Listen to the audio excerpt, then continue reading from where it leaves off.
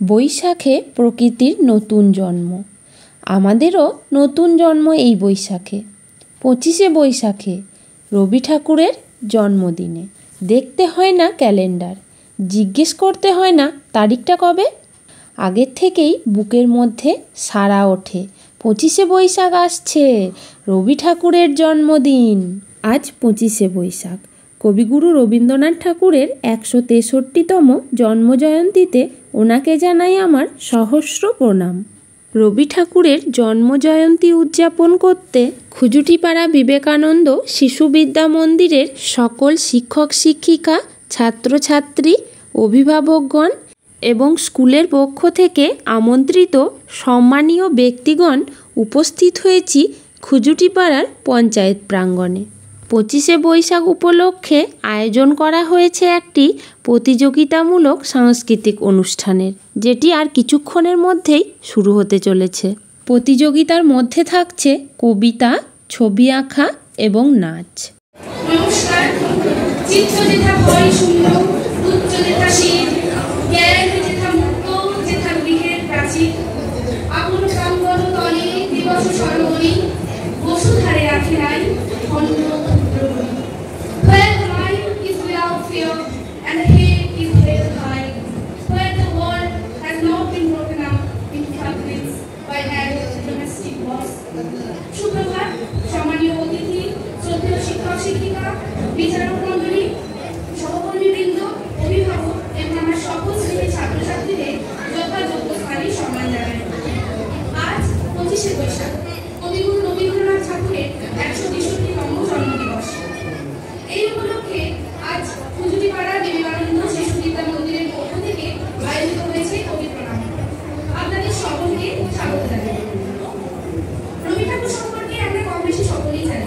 ছোটবেলা থেকেই আমরা কোনো না কোনোভাবে কবিগুরুর সাথে তার গানের মাধ্যমে বা কবিতার মাধ্যমে বা তার বিভিন্ন কৃতিত্বের সঙ্গে যা তিনি আমাদের তথা ভবিষ্যতের জন্য সযত্নে সাজিয়ে গেছেন আপনি ভূমিকায়। শুরুতেই কবিগুরু কালজয়ী কাব্যগ্রন্থ গীতাঞ্জলি এবং তার নিজস্ব ইংরেজি অনুবাদ সংস্কৃত 35 নম্বর সম্পাদনা চিত্তলেখা বৈষণ্য এবং Where the Mind is Without Fear এর প্রথমাংশ আবৃত্তির মাধ্যমে অনুষ্ঠানের শুভারম্ভ করে। এরকমই কোনো এক বছরের শুভারম্ভে 1268 বঙ্গাব্দে সংস্কৃতিমান ব্রাহ্মণ পরিবারে কলকাতার জোড়াসাঁকো ঠাকুরবাড়িতে মাতা সারদা দেবীর মূল আলো করে রবি ঠাকুরের জন্ম হয়েছিল। তিনি ছিলেন 13 ভাই বোনের মধ্যে সর্বকনিষ্ঠ এবং সকলের আদরের প্রভাব। বলা হয় রবি ঠাকুরের সারা জীবনের কৃতিত্ব অর্থাৎ তিনি যা কিছু লিখে গেছেন তা সারা জীবনের কোনো একক ব্যক্তির দ্বারা পড়ে শেষ করা সম্ভব নয়। তার 52টি কাব্যগ্রন্থ, 38টি নাটক, 13টি উপন্যাস, 36টি প্রবন্ধ, 95টি ছোটগল্প সহ 1915টি গান, এছাড়াও বিভিন্ন অপ্রকাশিত রচনা 32 খণ্ডে প্রকাশিত হয়েছে রবীন্দ্র রচনা পরিমাণে। আমি আমার বক্তব্যকে আর দীর্ঘায়িত করব না। আমাদের অনুষ্ঠানের শুরুতেই আমাদের এই সভার সভাপতি হিসেবে আমি সমীর কুমার চ্যাটার্জি মহাশয়ের নাম প্রস্তাব করছি। আমি সমর্থন করছি। এবার আমি কবির গলায় মাল্যদান করার জন্য আমাদের স্কুলের প্রধান শিক্ষক মহাশয়কে অনুরোধ জানাবো।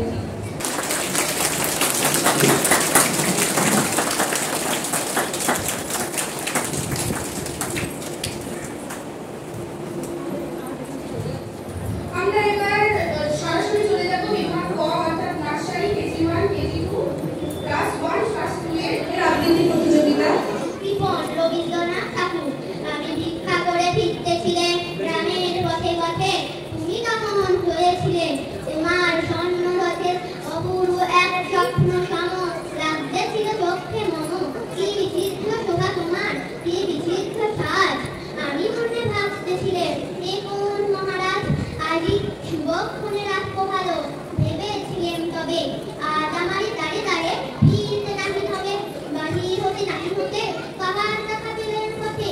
চলিবে রথ মনধান্য, ছড়াবে দুই ধারে, উঠা চাপ দিয়ে নেব ধারে ধারে।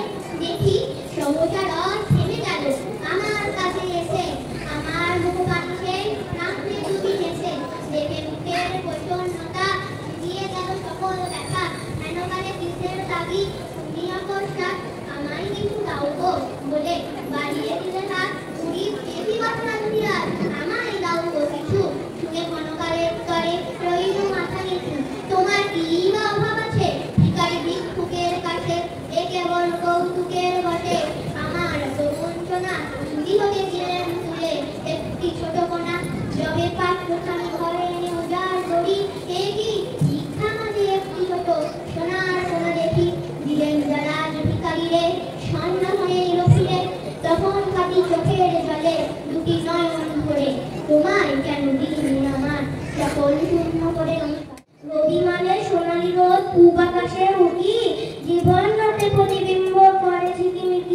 রবি মানে জীবন স্মৃতি, স্মৃতি কোথায় নানা, সত্য রবি একলা ঘরে বাইরে যাওয়া মানা।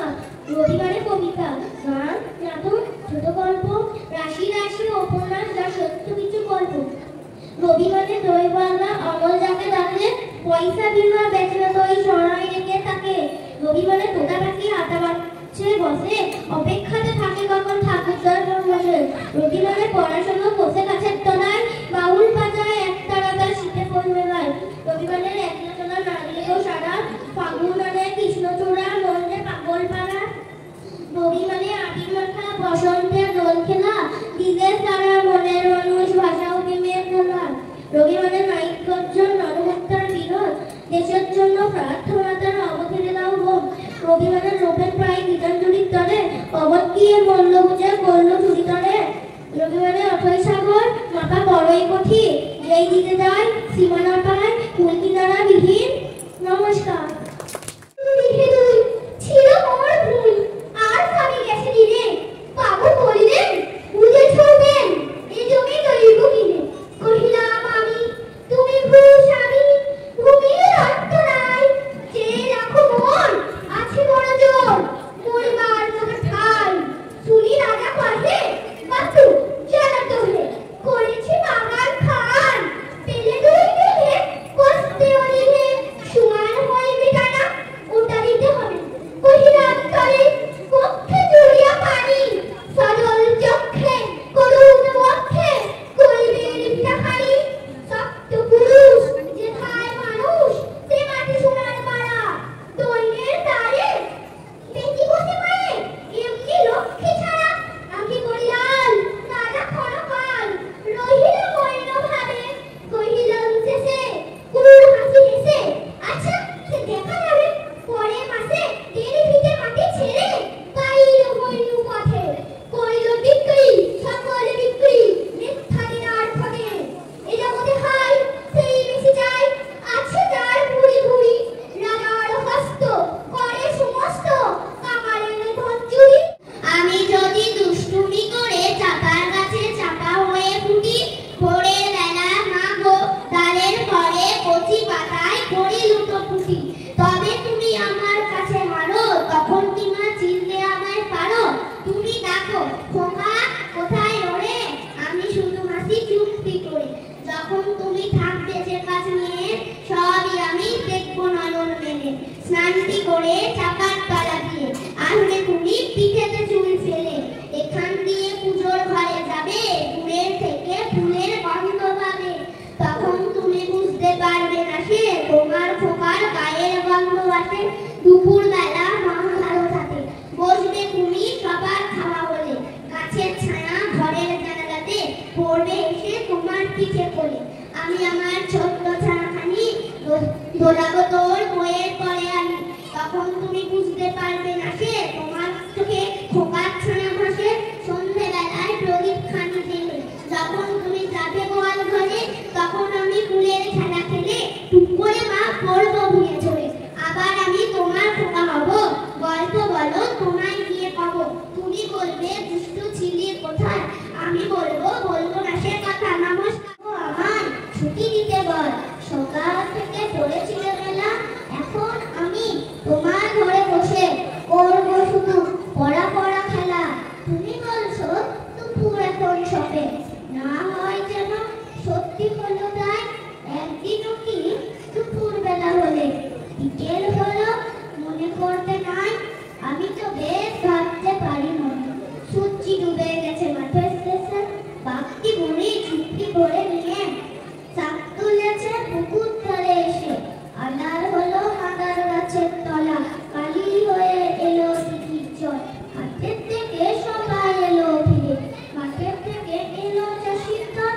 মনে কর না উঠলো সাথের তারা, মনে কর না সন্ধ্যে হলো যেন রাতের বেলা দুপুর যদি হয়, দুপুর বেলা রাত হবে না কেন। এরা সব আছে তার গাড়ি, এদের ঘরে আছে বুঝি মস্ত হবাকারী। রবিবাসে কেন মাগো এমন দেরি করে, ধীরে ধীরে পৌঁছাইছে সকল পারের পরে। আকাশ তারে চার বাড়িটি লুটকি হবাচ্ছে, সে খুশি মা তোমার মতো করে ও মঙ্গল দুধের গাড়ি চলছে বাড়িতে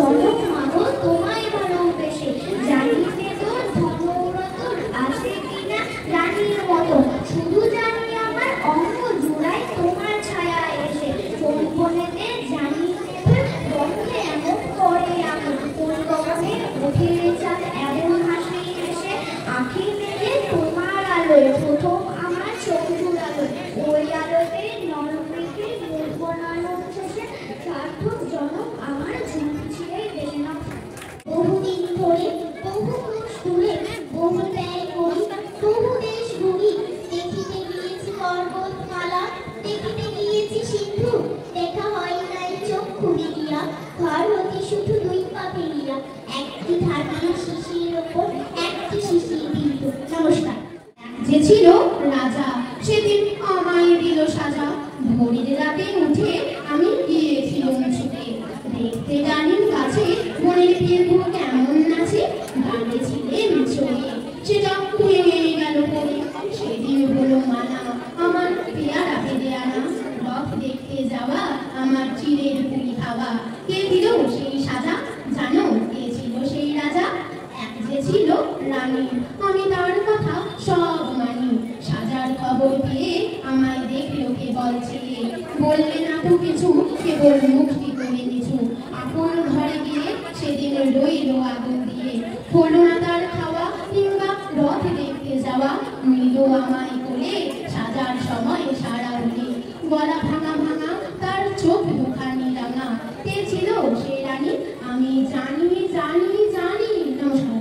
সার্থক জনম আমার জন্মেছি এই দেশে সার্থক জনম মাগো তোমায় ভালোবেসে জানি কে তোর ধন রতন আছে কিনা রানীর মতো শুধু জানি আমার অঙ্গ জোড়ায় তোমার ছায়া এসে কোন বনেতে জানি কে ফুল গল্পে এমন করে অকুল কোন গগনে উঠে যান এমন হাসি হেসে আঁখি মেলি তোমার আলো প্রথম আমার চোখ জোড়ালো ওই আলোতে নয়নে রেখে পুষ্প নয়ন শেষে। নমস্কার।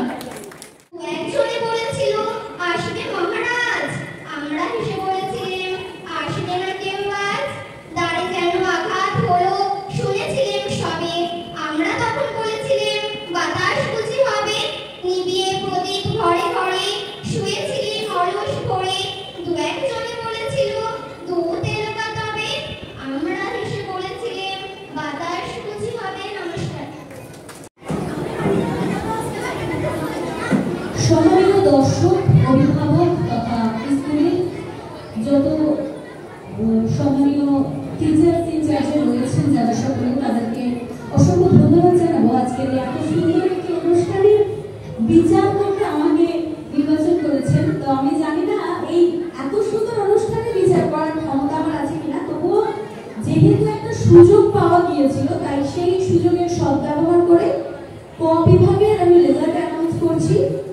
বিভাগ কয়ে যেহেতু এখানে অনেকেই ছিল এবং খুব ভালো বলেছে আমরা এখানে যুগ্ম পজিশনে রেখেছি তার কারণ বাচ্চাদের শিশুগণ বিভিন্ন বাচ্চাদের মন বিভিন্ন রকম। তো যাই হোক আমাদের তৃতীয় পজিশনে অর্থাৎ থার্ড পজিশনে রয়েছে ঐশানী ঘোষ মন্দিরা ঘোষ তাদের জন্য একটু হাততালি হয়ে যায়। সেকেন্ড পজিশনে রয়েছে অঙ্কনা ব্যানার্জি